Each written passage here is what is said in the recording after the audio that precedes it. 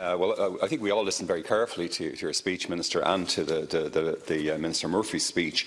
And I agree with him that supply is the key. It's the absolute key to breaking this logjam. But the point is, it's during the last 8 years that for most of that time, supply just hasn't happened.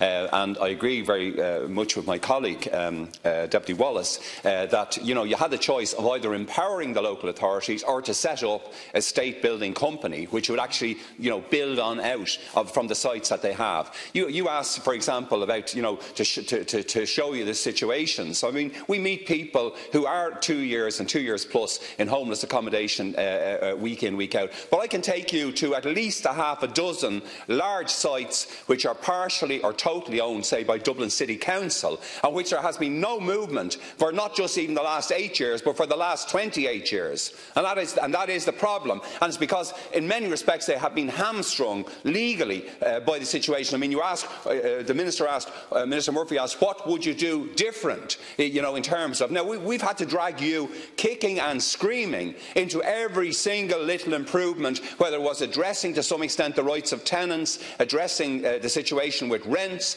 to begin to have even a minuscule direct build housing programme for the councils and the AHBs. We dragged you kicking and screaming, and the Minister who served as Minister for Finance for most of the last 8 years, Deputy Noon, and he always put the interests of banks and the financial sector in front of the interests of homeless people. That's the reality, and Deputy Donoghue has continued that policy by and large right down to the present, and that's the sad reality of this government. And you're talking about emergency powers. Well, the emergency powers that were adopted in a few hours in 2008, people came in here. I was one of those with the Labour Party colleagues at the time. We stood alone against the blanket bank guarantee, and we knew exactly, and Deputy Noonan, by the way, we were both on the back benches here, we knew exactly what the meaning of the blanket bank guarantee was. We stood against it.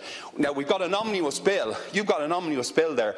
The Minister was discussing it this morning. If a hard Brexit happens, we'll come in here and in about 2 or 3 hours we will legislate across the board to protect this country and protect our people in the north. That's what we're going to do. We know we're going to do it. But you won't do it for the homeless people. You're refusing to take action for those 10,000 people, or 13,000 as Deputy O'Brien says, for the 4,000, 8,000 homeless children. You're just going ahead in this glacial progress fashion. You won't take the drastic action that's necessary to take, which has been outlined. Deputy Wallace is the most experienced of us, but like others in this chamber, I've worked on building sites as well, and we know, and when I worked on sites, in fact, we were building a very large housing development in South County Dublin for Dublin City Council. A major development in West Clondalkin, in East Clondalkin rather, for Dublin City Council. We know what has been done, we know what can be done. You refuse to do it, and it's all pie in the sky. 2020, 2021, 2022, the 2020s actually can.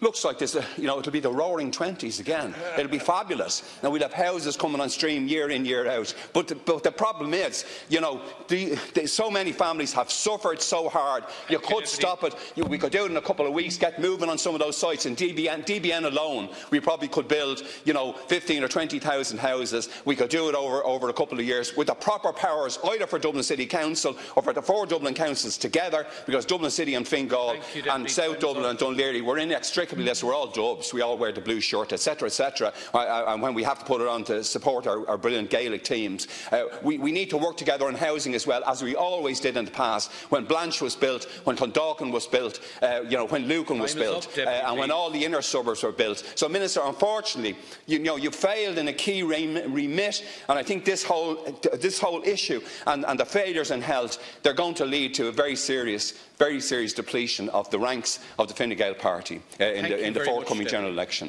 Thanks, Ken.